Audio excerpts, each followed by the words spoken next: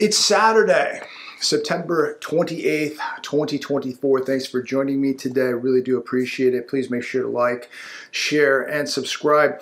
Just a few things I want to talk about today. Printed out a few articles here. Feel free to comment on any of these articles or anything I'm talking about. But I wanted to start out by talking about something I find a little fascinating. Now, most of you know I'm looking for a house in the southern part of the United States of America, and I know there's 5 or 10 people out there that believe I'll never move. But anyways, I've been speaking to agents quite a bit over the last couple months, and I had some time yesterday in the past couple days to try to make some calls and connect with some agents in some of the southern states here.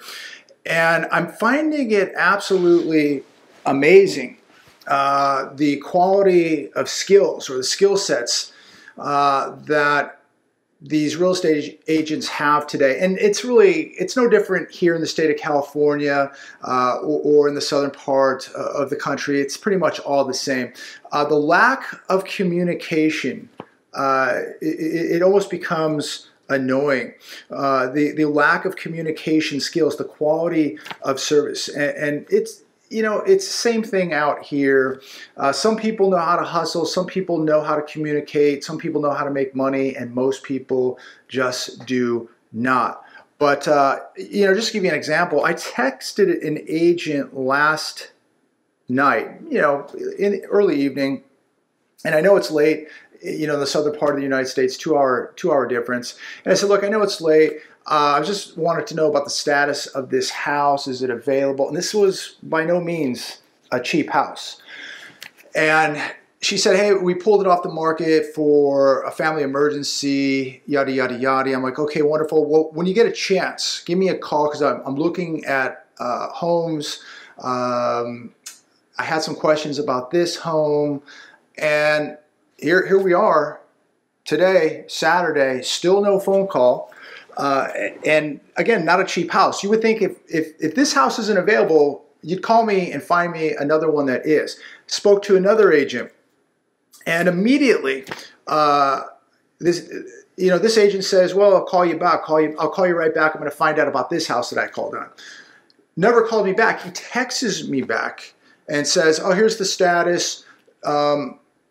And I'm like, okay, but I told him on the phone call that there was other homes I wanted to see that I was interested in, and he's just texting me and no phone call. And I don't know about you. I know how to text. I have no issue with texting, but when you're talking about doing business, when you're talking about a substantial amount of money, this is when you pick up the phone. And this is how you do business. You pick up the phone. You put a voice on the phone. Anybody can text. I want to talk to you. I want to have a feeling if this person is qualified to handle this transaction, if they're qualified, if this is the person that's going to find me the property I'm looking for. It's the person I feel is committed to getting the deal done, not a text message. And this is going on, quite a bit over the past year.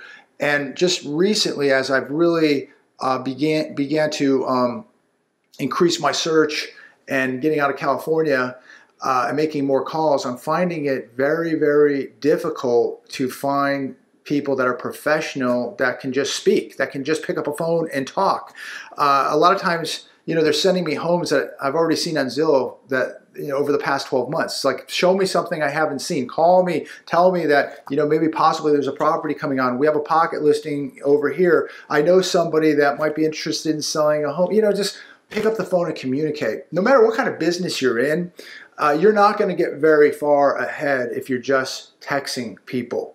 People want to hear a voice. They want communication skills. If I make an offer on a home, how's this person going to negotiate the property for me? They're going to text the other agent, or they're going to pick up the phone and go to bat for me.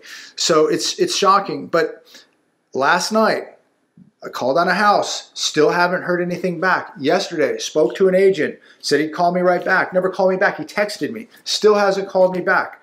I spoke to another agent the other day, 3 days ago, and all they want to do is text me. I had a question. I texted him back. He never responded.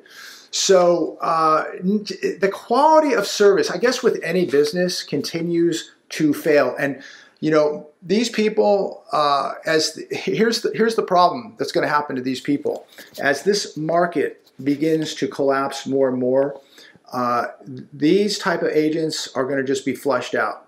The dead branches of the tree will be shaken out. If you are not a hustler, if you're not calling people back, it doesn't matter what kind of business you're in. If you're not hustling, if you're not going the extra step, you are not going to last. And I don't know, half these people I'm speaking to, they might be bartending or working in hair salons right now. You know, so I mean, this might just be a part-time job to them. So we're going to see more people in many industries just lose their jobs because they're just not hustling enough. They're not going the extra step, the extra mile to take care of their customers. Same thing with restaurants. If you're not taking care of your clientele, your customers, if you're not thanking them for business, you will fail. You're going to be out of business. If you're a real estate agent and you're not thanking your clientele for calling you and calling them back and speaking with them and giving them a couple minutes of your time, you're just not going to get the deal and you will fail. This market is going to be cutthroat, ladies and gentlemen, across the board. Whatever industry you're in, it is going to be cutthroat. And the people who know how to communicate, the people who know how to hustle, the people who know how to pick up a phone, those will be the people who will survive. It is now about survival. So if you want somebody's business, whether it's a restaurant, whether it's real estate, whether it's retail, whatever it is, make sure that you go the extra mile and thank those people and make sure that you give those people the best possible service that you can possibly give. Give them more than the next guy and you're going to survive. Now, shifting gears, Hezbollah confirms leader Hassan Nasrallah was killed in Israeli airstrike.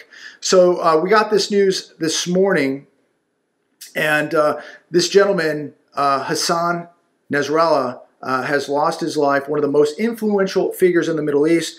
It says here, transformed Hezbollah into a major military. He led the Lebanon group since 1992. So now what happens? I don't know. Is there going to be retaliation to Israel? Probably. How about retaliation right here in America? It's possible.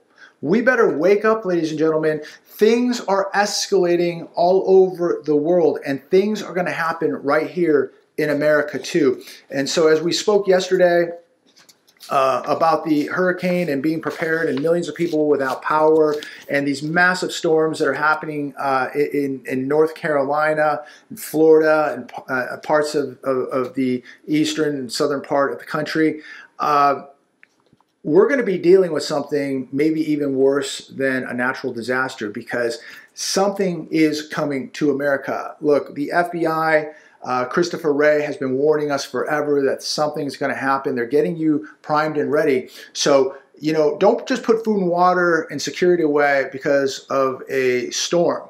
You better be prepared that we could see some real chaotic things take place here coming from other parts of the world. Daily Mail, sleeping giant that's threatening to torpedo the U.S. economy. Well, that is this port strike on the East Coast and down there in the Gulf. This is really getting a little more concerning. This thing could take place early next week. We're days away. And I hope it doesn't happen. But if it does, you better brace for impact. You better brace for empty shelves. You better brace for price hikes. You better brace for shortages. This could get really, really ugly and at a terrible time of year as we're heading into Christmas. So hopefully people over there at the Biden administration I believe they're in talks right now with the unions.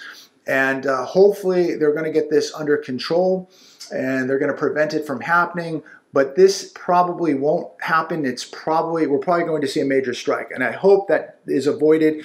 But I think right now there's a 95% chance from what I'm reading that this is going to happen early next week. This could be extremely bad for the Harris campaign. It will be even worse for the U.S. economy. Again, I hope it is avoided. I hope that those people in the Biden administration who are in talks with the unions right now, I hope they come to some sort of agreement and this thing goes away. But more than likely, that's not going to happen. So get ready for more inflation, ladies and gentlemen. Get ready for empty shelves. Get ready for more problems.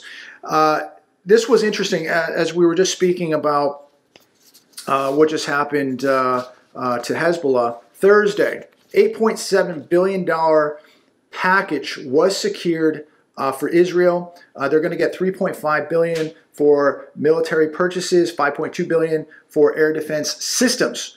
Now, look, I hate war. I'm not sitting here getting political. You know, I'm not a political person.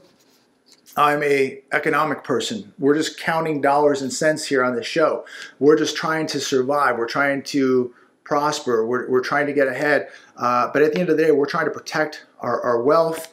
And I don't know how we're going to do this as a country. As we're bankrupt. Let's all first admit, when you're $35+ trillion in debt, and you're already telling us that Social Security, that we're going to see a 20% haircut in 2033, we're broke, we're bankrupt. Let's just face it. We can all admit that. If you can't, then you need help. But we're a bankrupt nation, and here we are now writing another check for $8.7 billion to Israel. And look, I think what happened to Israel, that attack was horrible. I think the war is horrible. I feel terrible for people on both sides.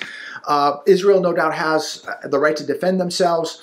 But who in the world is going to pay for all this?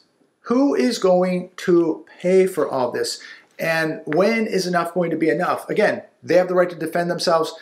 These are some very, very evil people that they're going after, no doubt about it. But how in the world can we continue to write these sort of checks and go deeper into debt? I don't know.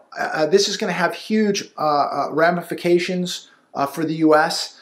$8.7 billion. You know who's paying for this. Now here's another one that I reported on, I think it was yesterday. U.S. prepares $8 billion in arms aid packages for Zelensky visit. This from Yahoo Finance. So this is over $16 billion that we just agreed to just this week. Who is paying for this?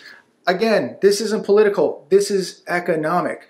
I feel terrible for the people in Ukraine. I feel that there's innocent people in Russia that have lost their lives. Soldiers on both sides losing their lives. I feel terrible. I think that this all needs to come to an end, that everybody just needs to sit down, things need to de-escalate, let's just get it over with and move on. People are losing their lives in the Middle East on both sides. They're losing their lives in Eastern Europe on both sides. Enough is enough. Let's de-escalate things. War it's just a terrible thing. And it's usually, you know, young kids who lose their lives, a lot of civilians losing their lives.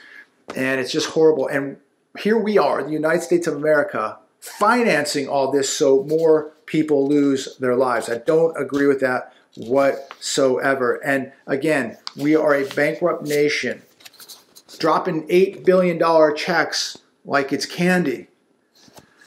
Hobby Lobby stores raising minimum wage to $19.25. How in the world did these stores even survive? We have one out here, big store, as you know, these are big stores, and they just carry a bunch of little knickknacks and arts and crafts, and I don't get how they survive, but God bless them that they are.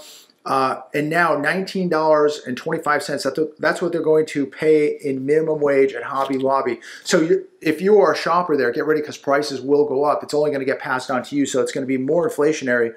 But how are these stores staying in business by paying over $19 for minimum wage? I just don't know. I don't even know how they're surviving right now because when I drive by those stores, they're not even busy.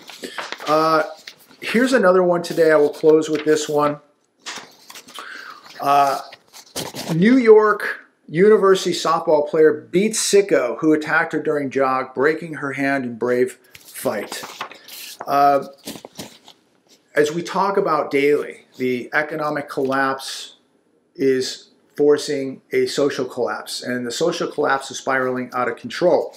And we are seeing more crime, more criminals, more chaos every day. Now, this young lady, softball player, God bless her. She's a fighter.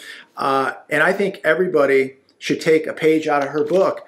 And maybe, you know, if you're a parent, maybe your kids, especially your daughters, maybe shouldn't be on their phones all day. Maybe they shouldn't be on their iPads and computers all day. Maybe they should be learning skills.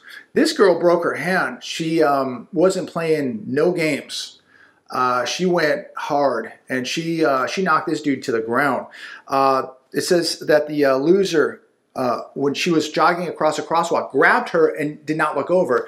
And so she said at this point it was fight or flight. And we talk about this quite a bit. You know, sometimes you can get away and just avoid confrontation. Running, walking away is the best option. This dude would not let her go. So she said, I had to go to fight mode. And she hit him with a hard right, twice in the jaw, dropped him to the ground, and then she took off. I mean, there it is. And I think if more people had these type of skills, more people willing not to be victims, the world would be a better place. 19-year-old girl, and she just didn't even waste any time. She said he crumpled to the ground, although she did break her hand, but who cares? She's okay. She's not a victim. She was not assaulted. That dude probably got a broken jaw. So maybe kids today should not be in the rooms all day on computers and phones. Maybe they should be learning these type of skills, coming to, you know, a boxing class, jiu-jitsu, whatever. But, you know, learning how to text and email and watching TikTok videos all day, what kind of skills are your kids getting from that? Or even you, what kind of skills are you getting? Because we have lots of adults, all they do is spend half their day or more on a phone or a computer watching TikTok videos, just having their minds turned to jelly. And then there's people who say, hey, I'm going to go out, I'm going to train, I'm going to invest some money into my kids' training and make sure that they have skills so when they go into the real world and my daughter's walking or running across a crosswalk and some scumbag grabs her, she's going to know how to deal with it. So maybe kids and adults should be spending less time on the computers and phones and more time training and learning skills, because this girl probably didn't think that morning or that day, I think about 2:30 in the afternoon, that she was going to be attacked. She was, but she said she knew what to do immediately. And so God bless her. She's okay. And I think she's a great example for a lot of girls out there and everybody that, hey, when you cannot run, you're going to have to fight. And that's what she did. And she turned out to not be a victim. So let's put down the computers and the phones and let's add some skills. Let's get in better shape. Let's learn how to protect ourselves like this young lady did.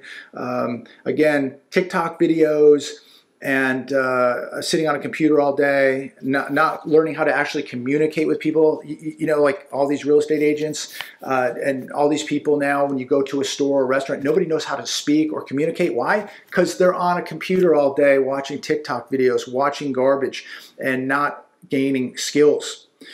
Have a great weekend. Be careful out there. Be safe. Be walking close to God. Make sure you give God thanks today for everything you have. You are all blessed. I want to thank every one of you for tuning in today. Please make sure to like, share, and subscribe. Talk to all of you very, very soon.